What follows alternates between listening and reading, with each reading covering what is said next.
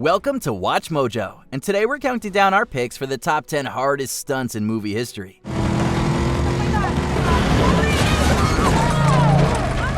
For this list, we'll be looking at unbelievable feats of action that were extremely difficult to execute.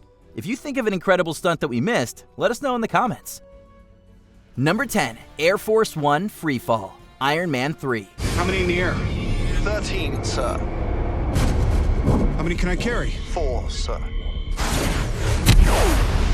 Most Marvel films utilize groundbreaking CGI technology to capture pivotal scenes, which is why the moments that aren't in front of a green screen really stand out.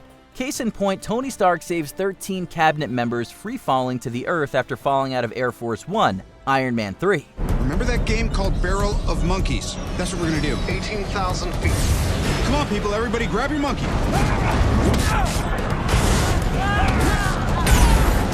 Nice. Red Bull's top skydivers were enlisted to stand in for the civilians during the jump. At a height of 12,000 feet without goggles or oxygen masks, the skydivers only wore parachutes under their costumes. That was the very last part of the sequence where I think they were about 80 or 90 feet up in the air. We started them zipping down, and as they come down over the water, then one after the other, we start releasing them from their zip lines. A week's worth of jumps were required to film the scene, but the grueling work paid off as it became one of the most memorable moments in the MCU. Nice work, guys. Excellent. Good team effort all around. Go us. Number 9, The Pole Slide, Police Story.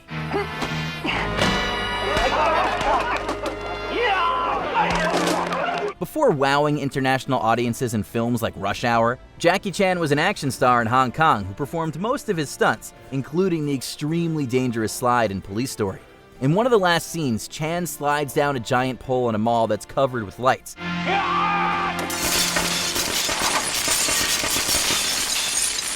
Unbeknownst to the actor, the lights significantly heated the pole.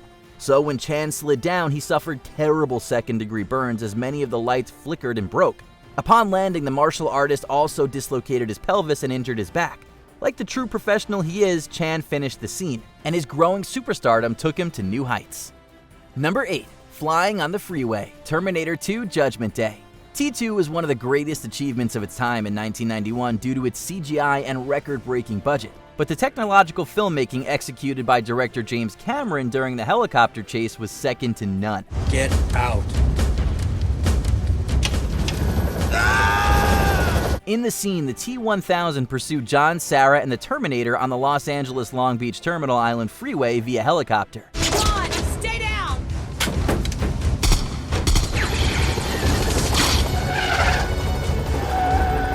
Because it was shot at night, the crew laid out 10 miles of electric cable. At one point, the helicopter was only a few feet off the ground as it flew under an overpass. And actually driving down the freeway. Now here it gets interesting. You see this helicopter going under a freeway overpass? Yeah. That's a helicopter going under a freeway overpass. The original cameraman refused to film the dangerous operation, so Cameron stepped in with the stuntman and captured the stunning sequence in only 3 takes. The camera crew said, we won't shoot that. So I said, okay, fine, I'll shoot it myself. And it was just me and the insert car driver following the helicopter through there. Number 7, Breaking the Chains, the Good, the Bad, and the Ugly. Eli Wallach's character Tuco decided to break away from his chains to another man by using the sheer power from an ongoing train. Tuco placed the chain over the track and laid as far back as he could to avoid a collision with the locomotive. Director Sergio Leone made Wallach do the stunt himself, so the actor attempted the difficult endeavor.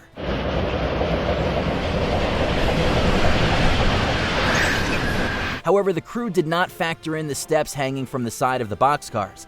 By chance, Wallach moved away from the track after coming free at the right time. If Wallach moved his head up any later, he could have lost his head. The saying remains true, it's better to be lucky than good.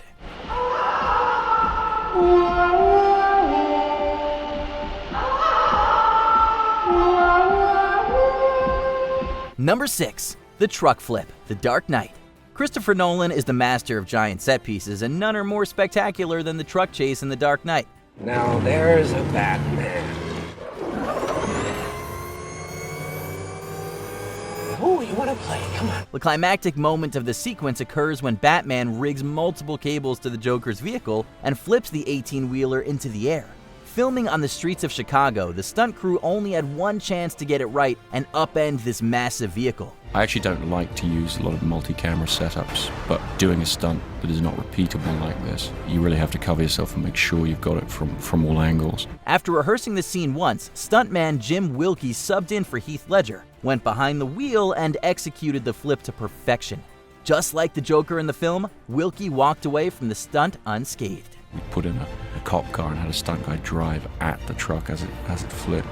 And much to our surprise in the edit suite, we found that to be one of the most effective angles. Number 5. Ziplining in midair. Cliffhanger. When the craziest stunt in a movie about rock climbing has nothing to do with cliffs, then it must be out of this world. In the film, one of the criminals ziplines from one plane to another in midair. 5 Lima, where are the cases?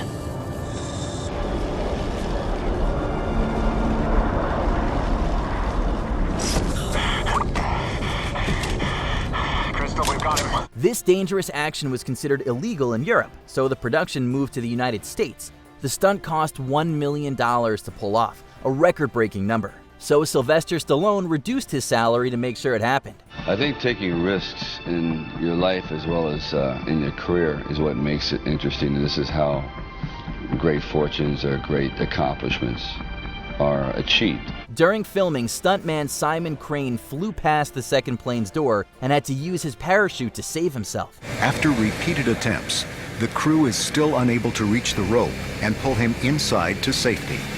I got thrown to the side, and as soon as I was clear of the plane, I could release myself in my parachute. This is why Cliffhanger never shows the last henchman entering the new plane. Number 4. Bond attempts to ski jump. The Spy Who Loved Me.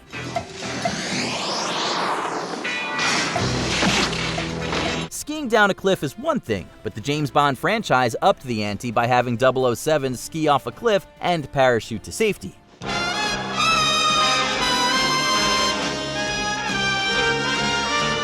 The producers brought in stuntman Rick Sylvester to complete the daring ordeal off Mount Asgard, which has an elevation of over 6,000 feet. They did this test footage of me standing on the edge of that sheer cliff in a bright red parka.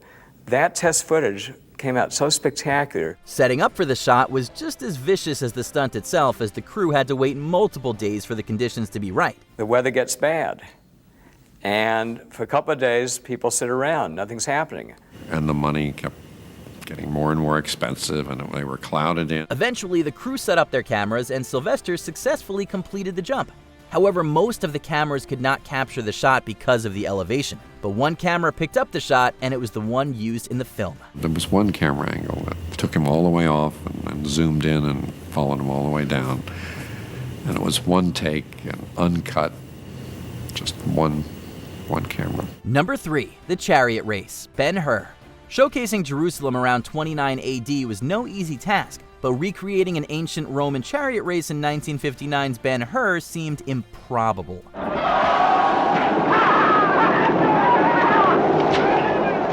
Covering over 18 acres of land, the film brought in 72 horses to shoot the scene in Cinecittà Studios, located in Rome. In the pivotal moments of the race, Charlton Heston's stuntman Joe Knut almost flipped out of the chariot after a tough jump.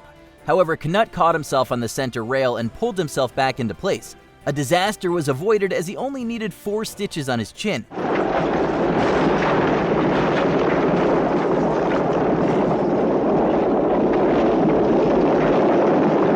The entire race became one of the defining moments in cinematic history. Number 2, Window Runner in Dubai, Mission Impossible Ghost Protocol. Is there anything Tom Cruise can't do? Where's Ethan? You gotta be kidding me. The legendary actor continues to defy the odds and pull off incredible stunts, like climbing the tallest building in the world, the Burj Khalifa in Dubai. Initially, the crew wanted to film the stunt on a 60-foot adjustable wall, but Cruise stepped in and said it had to be done on the real building. The crew had a small filming window since they could only knock out 17 glass panels from a few unused floors to rig the cameras. Not only did we have to take a window out to get Tom access, we had to take a window out for the camera, and then we had to take a window out for the special effects guys. Then we had to take a window out for the stunt guys. Held by only a few cables and a harness, Cruise performed the entire stunt himself, including the 40-foot free fall from 1,700 feet in the air.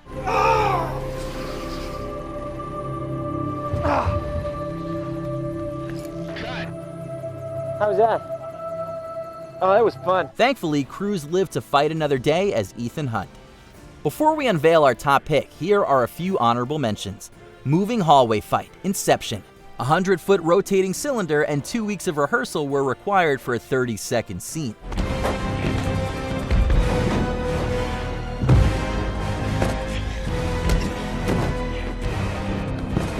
Hospital shootout, Hard Boiled. The entire set was cleared in 20 seconds in order to make the shot appear continuous.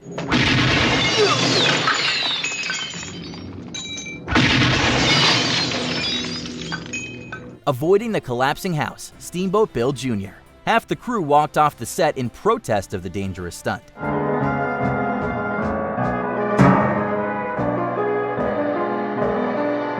Indiana Jones goes for a ride, Raiders of the Lost Ark. Harrison Ford suffered a few injuries trying to film stunts.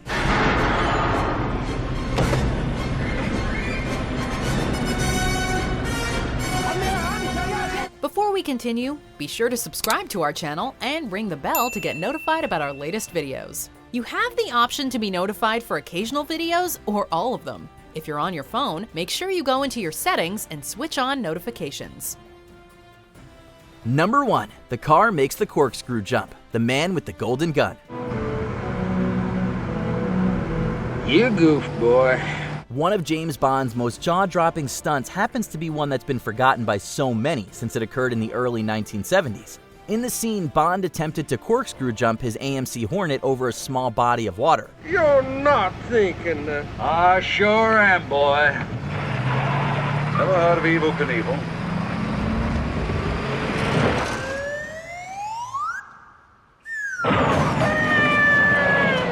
Thought to be impossible, the film used the Cornell Aeronautical Laboratory to create a computer simulation of the stunt due to its high degree of difficulty. An ingenious engineer there by the name of Raymond McHenry visualized that we could do a complete football spiral type with a full-size automobile. With multiple cameras, medical personnel, and divers present, stunt driver Lauren Bumps Willard completed the 270-degree car roll in one take. And it's why the maneuver comes in at number 1 on our list. Roar of applause and cheers.